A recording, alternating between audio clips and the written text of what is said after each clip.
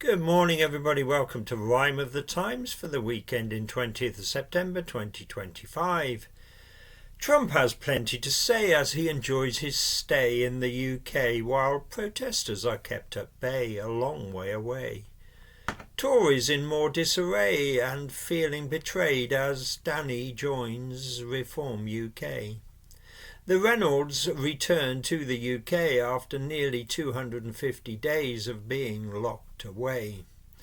A legend of film and another of boxing pass away. Some said it was a good idea. Others asked, is it, to have invited Trump to Britain for a state visit? In February, the Orange One glowed with delight when Sir Keir presented him with the King's invite.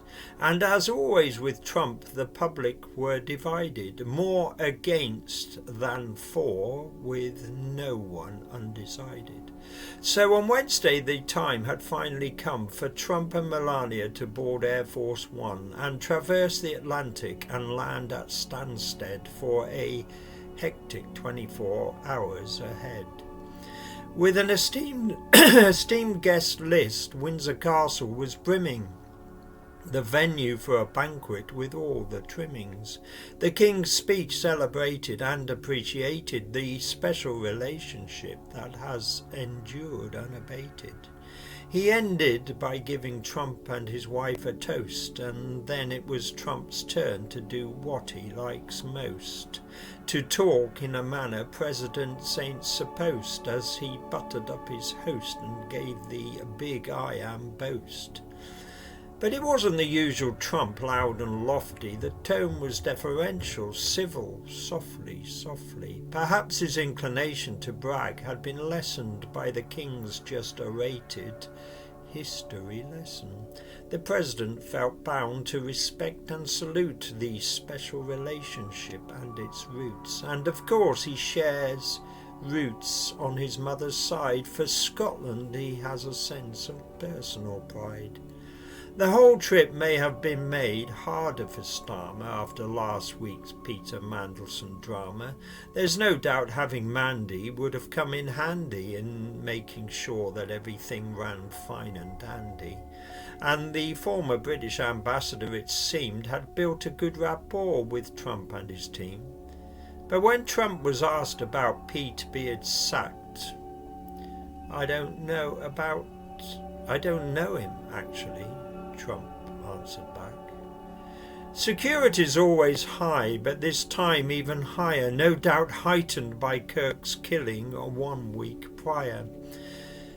British Secret Service pulled out all the stops to stop any Trump-hating fanatics from having a pop.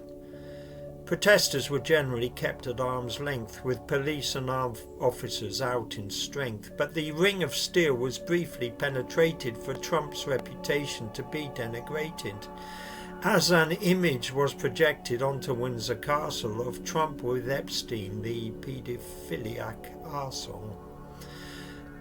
But in the end, the Stop Trump coalition and all other Trump objectors out on a mission were kept away from the president's entourage. And intriguingly, so was Nigel Farage.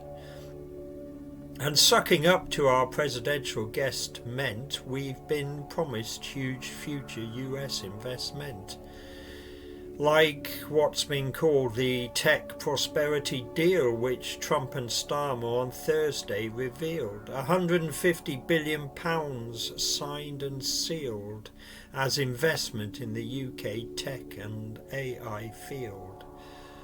Progress wasn't so good for UK steel. 25% tariffs will stay, which is not ideal. Trump also had a view on immigration, telling Starmer it would be the ruin of his nation if he doesn't stop the boats by using brute force, as he's done in his own country, of course. And Britain's recent stance to recognise Palestine as an independent state ain't gone down very fine. Kemi Badenoch's leadership is starting to list as Tory defections are forming quite a list. Danny Kruger on Tuesday was the latest to flee, welcomed by Farage with open-armed glee. As the first sitting Tory MP to switch to reform, this defection on Wednesday caused more of a storm. People in the West would think that no one can live a peaceful existence in Afghanistan. The medieval ideology of the Taliban is something that most of us just can't understand. But Peter and Barbie Reynolds have been smitten with Afghanistan since they moved there from Britain. For 18 years they'd been running a training program in the central Afghan province of Bamyan. But they were arrested on 1st of February this year. Their alleged crime to this day remains unclear. Peter is 80 and Barbie is 76.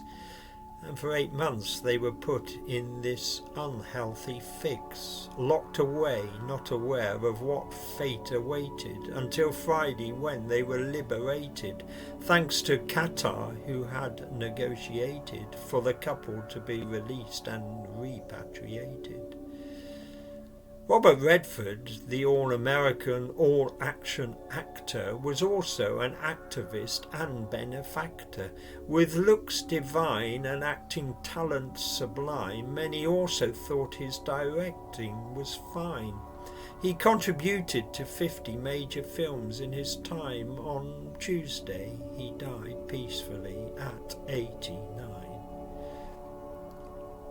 Ricky Hatton was the salt of the earth, a good sort, in the way his demons and opponents were fought.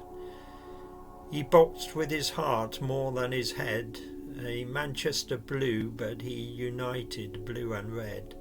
As open as a book, with banter and a smile, his loyal fans followed him mile upon mile.